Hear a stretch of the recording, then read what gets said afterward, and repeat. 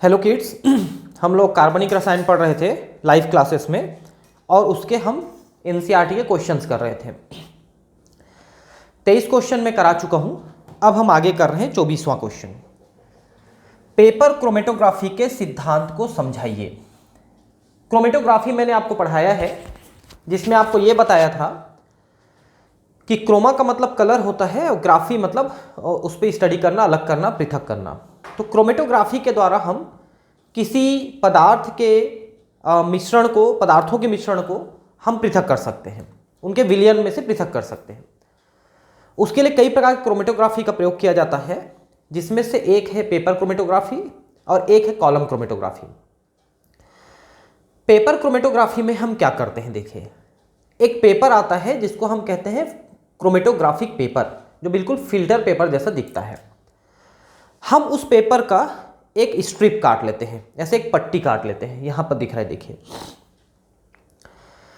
और जो घोल हमारे पास है, जिसमें कई पदार्थ घुले हुए हैं, कई पदार्थों का मिश्रण है, वो कई प्रकार के विलायकों का मिश्रण है, आप कह सकते हैं, या विलयों का मिश्रण है, उनमें से हम उनको अलग अलग करना चाहते हैं। तो उसकी एक बूंद जो है एक धब्बे के रूप में इसमें हम लगा देते हैं। ये देख सकते हैं, धब्बे के रूप में लगा हुआ है। और हम इसको उस विलायक में डुबाते हैं जिस विलायक में ये पदार्थ थोड़े कम ज्यादा मात्रा में घुलनशील होते हैं। तो जैसे ही फिल्टर पेपर को ऐसे विलायक में डुबा देते हैं, जो विलायक ऊपर चढ़ सकता है, इनको घोल सकता है, तो विलायक इस फिल्टर पेपर से ऊपर चढ़ेगा।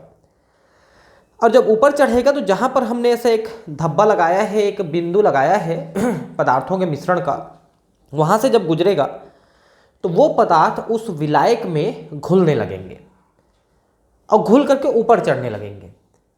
तो जो पदार्थ उस विलायक में ज्यादा घुलनशील है वो जल्दी घुल जाएगा और ज्यादा ऊपर चढ़ जाएगा। थोड़ा कम घुलनशील उसके नीचे रहेगा और कम घुलनशील नीचे रहेंगे। तो मतलब जितने ज्यादा घुलनशील रहेगा वो पदार्थ उतने ऊपर रहेगा, और जितने कम घुलनशील रहेगा वो पदार्थ उतना नीचे रहेगा। तो फिल्टर पेपर में उसके अलग अलग ऐसे लेयर्स बन जाते हैं। फिर उस फिल्टर पेपर को निकाल लेते हैं, उसको काट के उनको अलग कर लेते हैं। वो फिल्टर पेपर से फिर हम उसको विलायक में घोल करके उसको पृथक करते हैं। उसी विलायक में दोबारा घोल देते हैं अलग अलग लेकर के, तो उनमें फिर वो घुल करके पृथक हो जाते हैं। इस तरह से पेपर क्रोमेटोग्राफी के द्वारा हम किसी मिश्रण में से पदार्थों को हम पृथक कर सकते हैं कलर के आधार पर। वो अलग अलग कलर के भी दिखने लगते हैं। सोडियम संलग्न निष्कर्षण में हैलोजन के परीक्षण के लिए सिल्वर नाइट्रेट मिलाने से पूर्व नाइट्रिक अम्ल क्यों मिलाया जाता है? देखिए, अगर कार्बनिक मिश्रण जो है उसमें अगर सल्फर और नाइट्रोजन है तो वो सोडियम साइनाइड और सोडियम सल्फाइड बना लेते हैं जब सोडियम के साथ संकलन करते हैं। ये जो है लेग्नेसे परीक्षण में हम करते हैं। क्या करते हैं कि एक छोटा सा कांच का ट्यूब होता है, उसमें थोड़ा सोडियम ले लेते हैं और उसमें उसके ऊपर कार्बनिक पदार्थ को डाल देते हैं और उसको गर्म करते हैं। तो सोडियम पिघल करके उसके साथ मिक्स हो जाता है और रिएक्शन कर लेता है।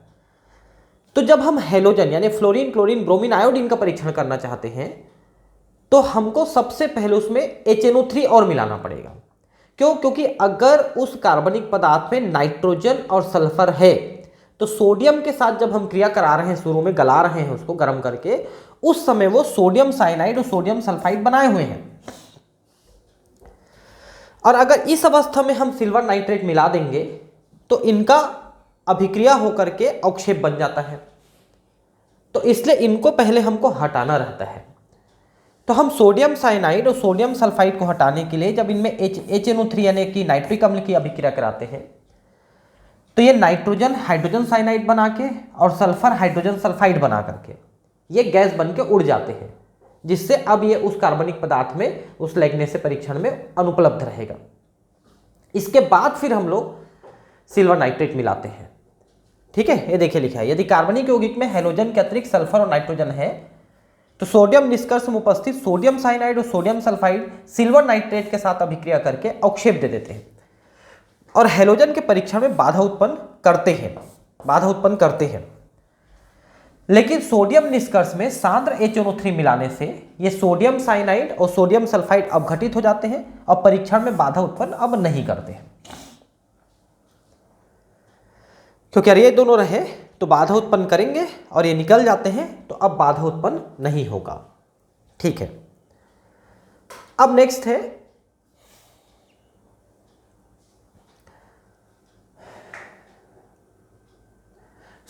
नाइट्रोजन सोडियम फास्फोरस के परीक्षण के लिए सोडियम के साथ कार्बनिक यौगिक का संकलन क्यों किया जाता है? क्योंकि ये सोडियम साइनाइड सोडियम सल्फाइड आसानी से बना लेते हैं और उनका परीक्षण बहुत आसान हो जाता है। कार्बनिक यौगिक में उपस्थित नाइट्रोजन सल्फर तथा हेलोजन सहसंयोजी अवस्था में होते हैं, अतः इनकी पहचान करना सरल नहीं है, क्योंकि वे पदार्थ जो आयनिक बंध बनाते हैं वो आसानी से अवक्षेपित कराए जा सकते हैं, लेकिन जो सहसंयोजक बंध बना के वहां उपस्थित हैं उनको आसानी से अवक्षेपित करा के हम परीक्षित नहीं कर सकते। धातु के साथ संलग्न करने पर यह तत्व यूरिया या थायोयूरिया में बदल जाते हैं, अर्थात अब आयनिक रूप में आ जाते हैं। यूरिया NH2CONH2 और थायोयूरिया में सल्फर और जुड़ जाएगा। तो जब ये थायोयूरिया और यूरिया में बदल जाते हैं तो अब इनमें आयनिक गुण आ गया, आयनिक कैरेक्टर आ गया, अब इनका परीक्षण आसान है।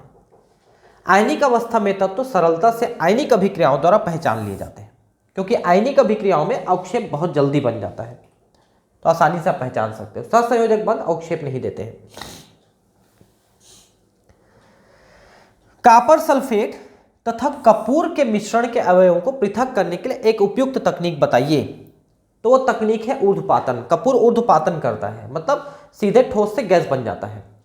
तो आप क्या करिए, थोड़ा हल्का गर्म कर दीजिए तो कपूर गैस बन के निकल जाएगा।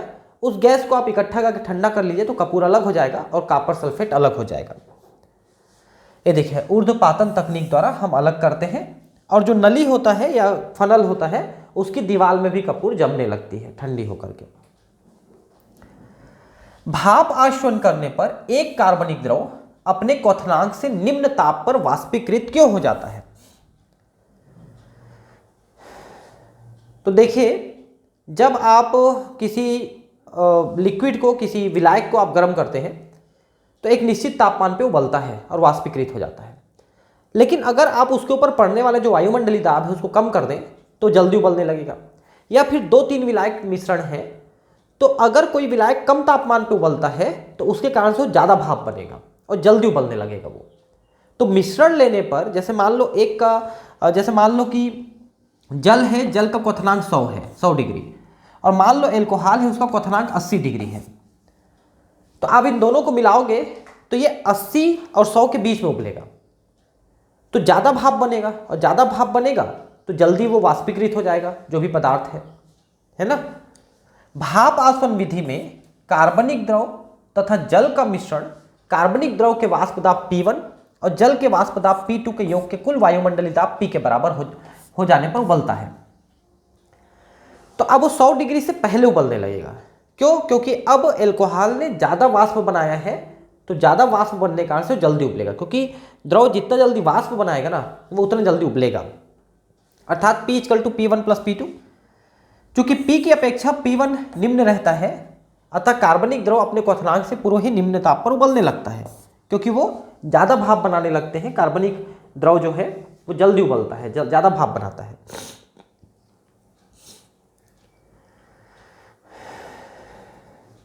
कार्बन टेट्राक्लोराइड AgNO3 यानी सिल्वर नाइट्रेट का गर्म करने पर AgCl का सफेद अवक्षेप नहीं देता। कारण सही समझाइए। अरे भाई, सिल्वर नाइट्रेट के साथ सफेद अवक्षेप तब बनेगा जब उसमें क्लोराइड आयन उसको मिलेगा। समझ रहे हैं बात को?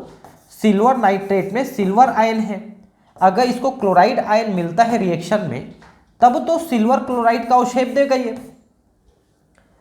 लेकिन कार्बन टेट्राक्लोराइड एक सहसंयोजी कार्बनिक विलायक है और ये क्लोराइड आयन उपलब्ध नहीं कराता है, इसलिए सिल्वर क्लोराइड का अवक्षेप नहीं मिलेगा।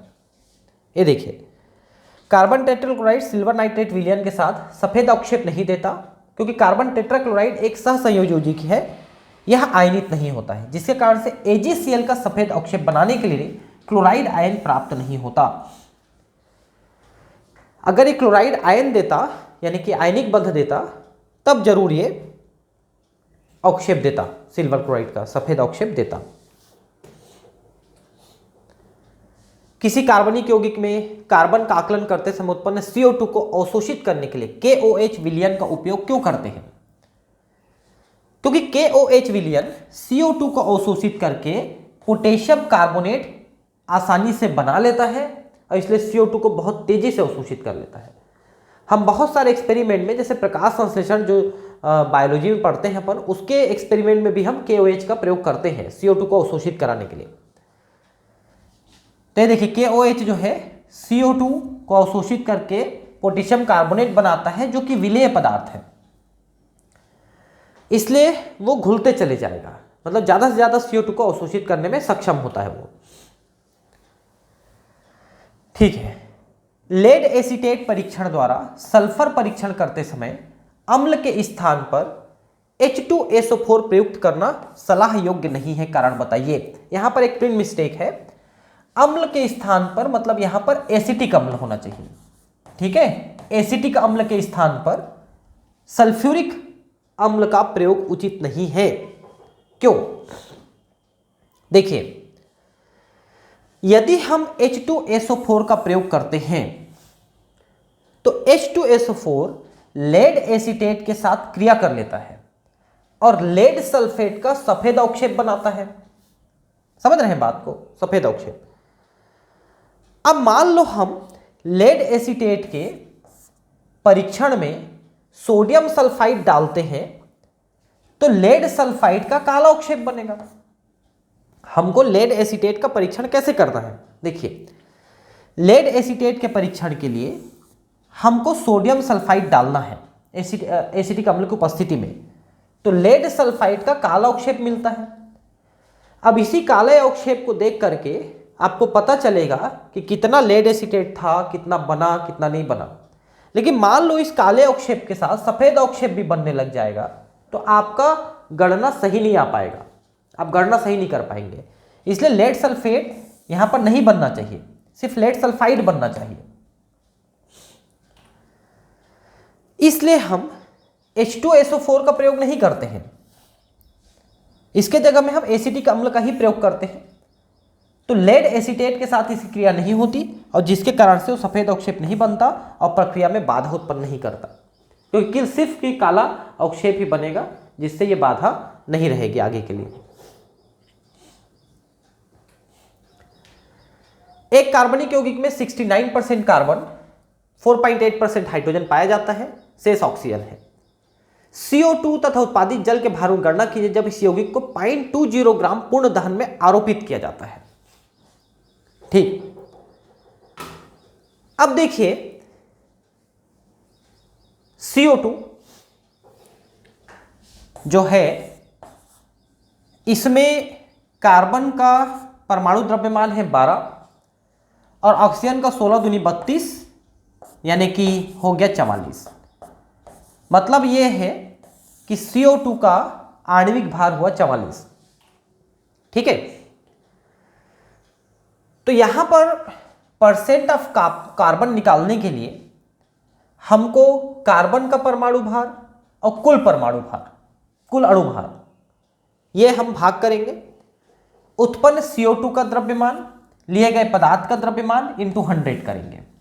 अब इसमें जो जो चीज दिया है उसको पुटअप करिए। आपको ये फार्मूला याद रखना है, इसमें मैं कुछ और चीज नहीं बता सकता कि आपका ये फार्मूला ऐसे निकलेगा, ऐसे नहीं, ये आपको याद रखना है। कार्बन का प्रतिशत दिया है 69, लिख दीजिए 12/44। उत्पन्न CO2 आपको निकालना है, दिया गया पदार्थ है 0.20 ग्राम जिसको हमने जलाया है इंटू 100। ठीक है, तो CO2 का द्रव्यमान कितना हुआ इसी में से कैलकुलेट करेंगे आगे पीछे करके, तो 0.506 ग्राम CO2 निकला। ठीक, इसी प्रकार हाइड्रोजन का भी हम निकालते हैं, हाइड्रोजन का भी यही फार्मूला हम निकालेंगे। अब देखिए यहां पर हाइड्रोजन के रूप में ये H2O निकलता है, तो 16 और 2 18 हमने लिया है H2O को। ठीक है, अब उत्पन्न H2O का द्रव्यमान लिए गए पदार्थ का द्रव्यमान 100, तो H2O कितना निकला ये हमको कैलकुलेट करना है। तो पदार्थ तो हमने 0.20 ग्राम ही लिया है ना, उसी को हमको लिखना है।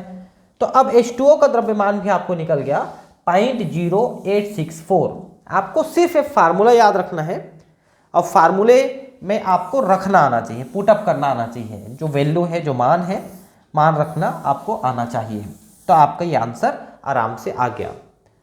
ठीक है, तो CO2 और H2O के कितने भार निकले हैं यही आपको कैलकुलेट करना था, ये आपको मिल गया आंसर। नेक्स्ट क्वेश्चन,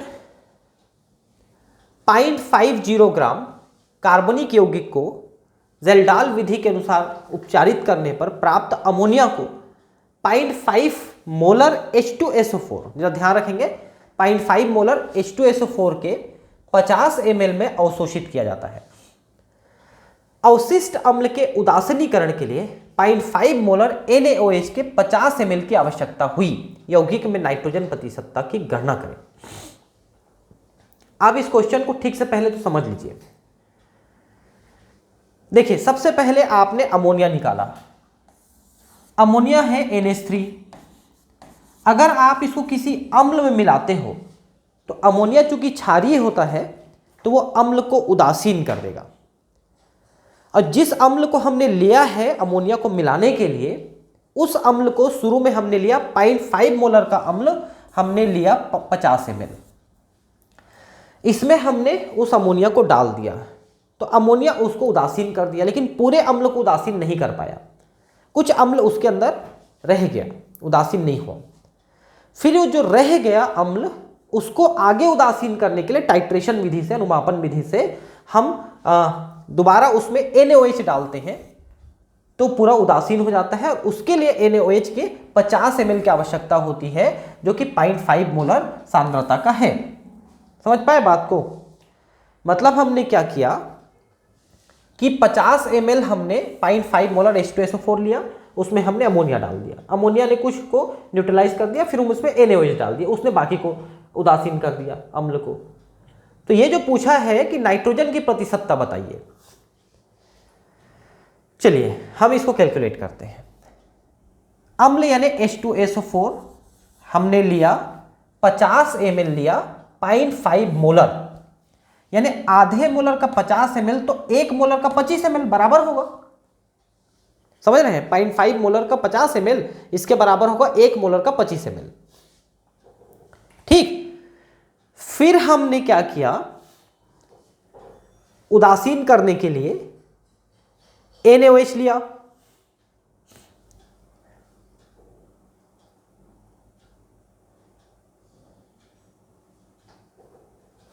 यहां पर थोड़ा सा एक प्रिंट मिस्टेक है बॉस। 0.5 मोलर NaOH के 60 ml है, ये 60 ml है, ये थोड़ा प्रिंट मिस्टेक है, इसको थोड़ा ध्यान रखेंगे। ठीक है, तो देखिए 60 ml 0.5 मोलर लिया हमने, तो 0.5 मोलर का 60 तो 1 मोलर का 30। और रिएक्शन कैसे होगा, अम्ल में हमने क्षार मिलाया तो ये सोडियम सल्फेट लवण बना और H2O बना। ठीक, अब जरा ध्यान से देखिए, H2SO4 में हाइड्रोजन के 2 आयन हैं, समझ रहे हैं? हाइड्रोजन के 2 आयन हैं और NaOH में हाइड्रोक्सिल के केवल एक ही आयन है। मतलब कि H2SO4 की जितनी मात्रा है उससे डबल मात्रा में NaOH की आवश्यकता होगी, इस बात को समझिए। और यहां पर NaOH की कितनी मात्रा लगी है, 1 मोलर NaOH की 30 ml लगी है। तो 30 ml कितने के लिए लगेगी, 15 ml के लिए लगेगी। मैंने बताया ना कि H2SO4 में 2 H आयन है तो डबल NaOH लगेगा। तो जब 30 लगा है तो 15 का डबल लगा है। ये देखिए 30 ml 1 molar NaOH 15 ml 1 molar H2SO4 के लिए लगी है, क्योंकि 15 ml H2SO4 में हर एक में 2-2 हाइड्रोजन है, इसलिए वो 30 ml के बराबर हो गया वो। और ये एक हाइड्रोक्सिल है, इसलिए सिर्फ 30 ml के बराबर है। ठीक है, तो हमने 1 मोलर H2SO4 के 15 ml को शुरू में हमने 25 ml लिया था। देखिए ध्यान से, शुरू में जब रिएक्शन कराया तो 25 ml H2SO4 लिया, इसकी कुछ मात्रा अमोनिया ने उदासीन किया और कुछ मात्रा NaOH ने उदासीन किया। तो NaOH ने तो 15 ml उदासीन किया, तो अमोनिया ने कितना उदासीन किया? 10 ml। 15 और 10 25 ml न्यूट्रलाइज हो गया, उदासीन हो गया। शुरू में हमने 25 ml लिया, ये देखिए 25 ml लिया शुरू में, है ना, और NaOH ने 15 ml को उदासीन किया, तो अमोनिया ने 10 ml को उदासीन किया। तो अब नाइट्रोजन की प्रतिशत मात्रा कैसे निकालेंगे? ठीक, तो यहां पर क्वेश्चन था 0.5 ग्राम कार्बनिक यौगिक को ज़ेल्डाल विधि के द्वारा उपचारित करने पर प्राप्त अमोनिया को, ऐसा लिखा है। ठीक है, तो ये फार्मूला आप थोड़ा ध्यान रखेंगे।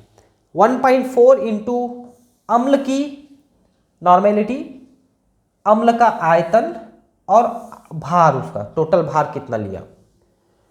तो अम्ल की नॉर्मलता तो 2 है, हमने अभी बताया, है ना, ये नॉर्मलता 2 है, और 10 ml की आवश्यकता हुई उदासीन होने के लिए, 10 ml यूज हुआ।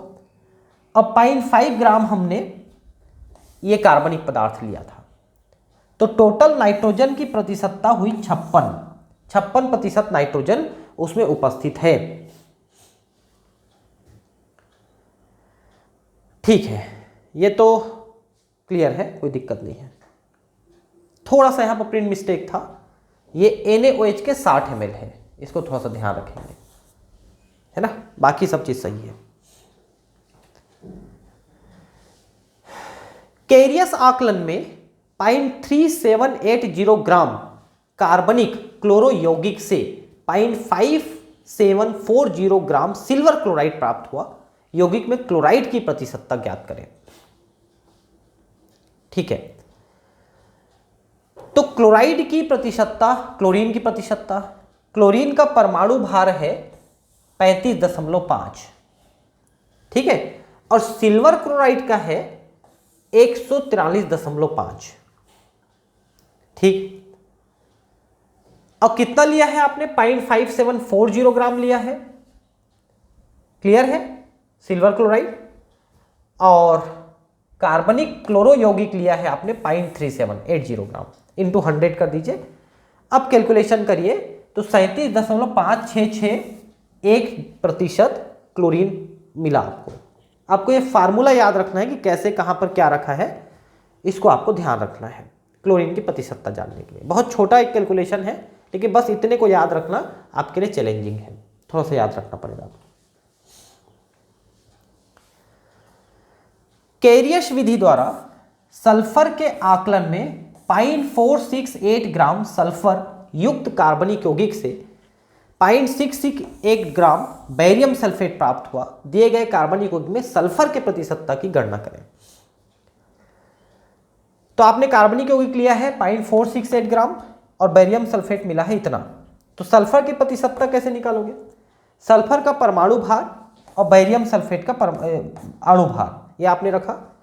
बेरियम सल्फेट कितना मिला आपको, कार्बनिक यौगिक कितना उपयोग किया आपने, इंटू 100। तो ये आपका कैलकुलेशन में दिया हुआ है, आप कैलकुलेट करें तो 19.60 ग्राम आपका सल्फर प्रतिशत है, परसेंट है प्रतिशतता सल्फर की। तो ये कुछ फार्मूले हैं, बस आप इनको कॉपी में लिख करके याद कर लीजिए। फार्मूले को तो याद ही करना रहता है मेरे हिसाब से, और कुछ तरीका तो होता नहीं इसको जानने का, समझने का। आपको याद रखना है इनको, जितने भी फार्मूले हैं उनको, ठीक है।